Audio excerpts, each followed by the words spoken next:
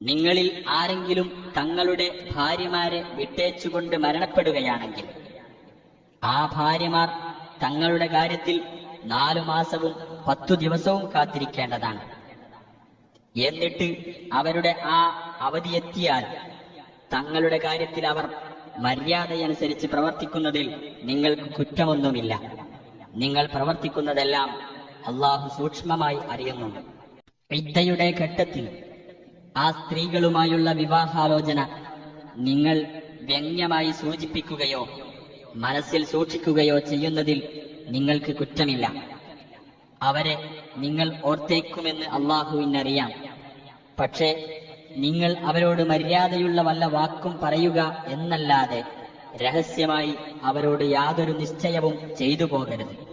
നിയമപ്രകാരമുള്ള അവധി അഥവാ ഇദ്ദ പൂർത്തിയാകുന്നതുവരെ വിവാഹമുക്തകളുമായി വിവാഹബന്ധം സ്ഥാപിക്കാൻ നിങ്ങൾ തീരുമാനമെടുക്കരുത്. നിങ്ങളുടെ മനസ്സുകളിലുള്ളത് അള്ളാഹു അറിയുന്നുണ്ടെന്ന് നിങ്ങൾ മനസ്സിലാക്കുകയും അവനെ നിങ്ങൾ ഭയപ്പെടുകയും ചെയ്യുക. അള്ളാഹു ഏറെ പൊറുക്കുന്നവനും സഹനശീലനുമാണെന്നും നിങ്ങൾ മനസ്സിലാക്കുക.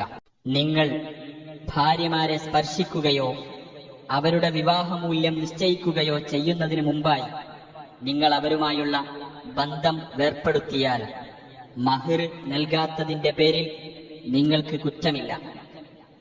എന്നാൽ അവർക്ക് നിങ്ങൾ മര്യാദയനുസരിച്ച് ജീവിത വിഭവമായി എന്തെങ്കിലും നൽകേണ്ടതാണ്.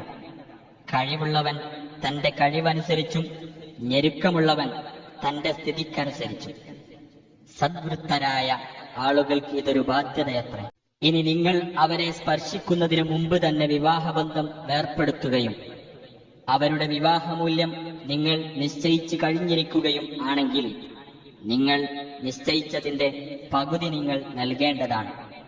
ആ ഭാര്യമാർ വിട്ടുവീഴ്ച ചെയ്യുന്നുവെങ്കിലല്ലാതെ, അല്ലെങ്കിൽ വിവാഹക്കരാർ കൈവശം വെച്ചിരിക്കുന്നവൻ അഥവാ ഭർത്താവ് മഹർ പൂർണ്ണമായി നൽകിക്കൊണ്ട് വിട്ടുവീഴ്ച ചെയ്യുന്നുവെങ്കിലല്ലാതെ. എന്നാൽ ഭർത്താക്കന്മാരെ, നിങ്ങൾ വിട്ടുവീഴ്ച ചെയ്യുന്നതാണ് ധർമ്മനിഷ്ഠയ്ക്ക് കൂടുതൽ യോജിച്ചത്. നിങ്ങൾ അന്യോന്യം ഔദാര്യം കാണിക്കാൻ മറക്കരുത്.